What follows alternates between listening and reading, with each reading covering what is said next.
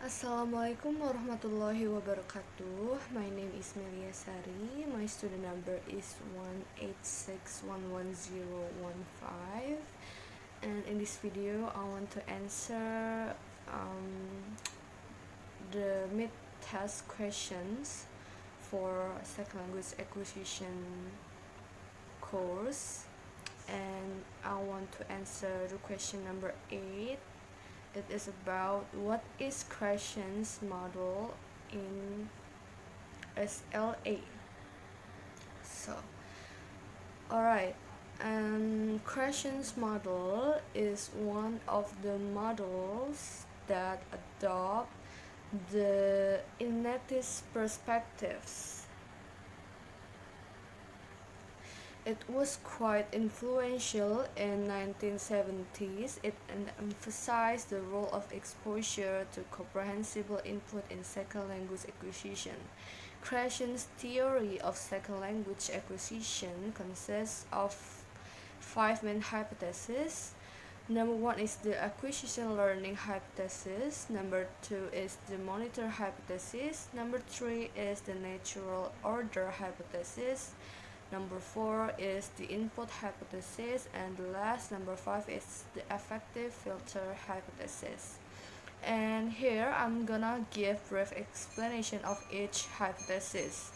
Number 1, the acquisition learning distinction is the most fundamental of the 5 hypotheses in Crescent theory, and the most widely known among linguists and language teachers.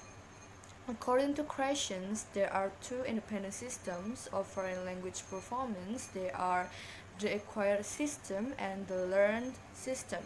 The acquired system or acquisition is the product of a subconscious process very similar to the process children undergo when they acquire their first language. It requires meaningful interaction in the target language or natural communication in which speakers are not concentrated, not in the form of their utterances, but in the communicative act.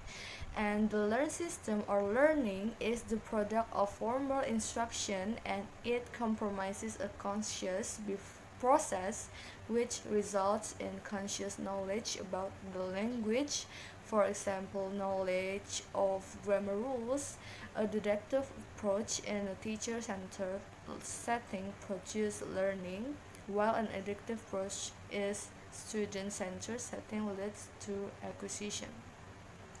Number 2, the monitor hypothesis explains the relationship between acquisition and learning and defines the influence of the latter on the former. The monitoring function is the practical result of the learned grammar. According to Crescent, the acquisition system is the utterance initiator, while the learning system performs the role of the monitor or the editor. The monitor acts in a planning, editing, and character function when 3 specific conditions are met. The first, second language learner has sufficient time at their disposal. Number 2, they are learners focused on form or think about correctness. Number 3, they know the rule. According to Crescent, the role of the monitor is minor, being used only to correct deviations from normal speech and to give speech a more polished appearance. And Crescent also suggests that there is individual variation among language learners with regard to monitor use. He distinguishes those learners that use the monitor all the time or overuse, those learners who have not learned or who prefer not to use their conscious knowledge or underusers, and those learners that use the monitor appropriately or optimal users. An evaluation of the person's psychological profile can help to determine to what group they belong. Usually, extroverts are underusers, while introverts and perfectionists are overusers. Lack of self-confidence is frequently related to the overuse of the monitor. Number 3, the less important natural order hypothesis is based on research findings. um, which suggested that the acquisition of grammatical structures follows a natural order which is predictable for a given language. Some grammatical structures tend to be acquired early while others late.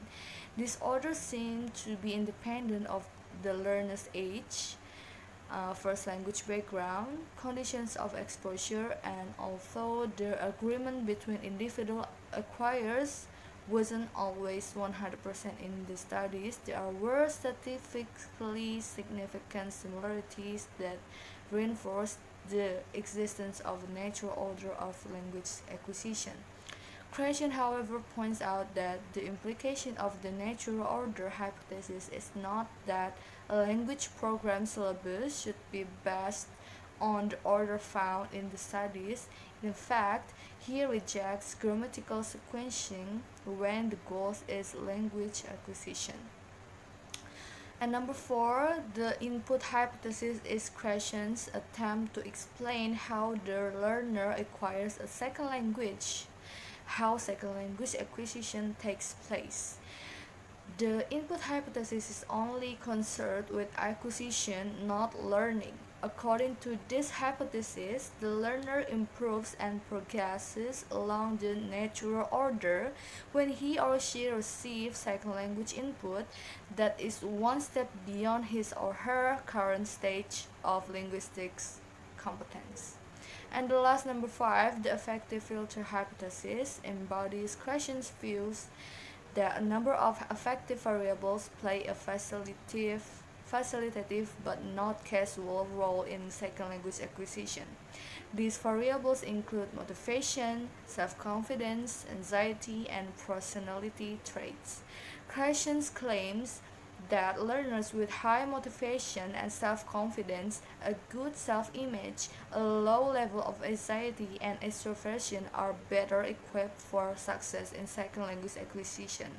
Low motivation, low self-esteem, anxiety, introversion, and inhibition can raise the affective filter and form a mental block that prevents comprehensive input from being used for acquisition. In other words, when the filter is up, it impedes language acquisition. On the other hand, positive effect is necessary but not sufficient on its own for acquisition to take place. Okay, that's all. I think that's all enough for answering the question number 8. Thank you.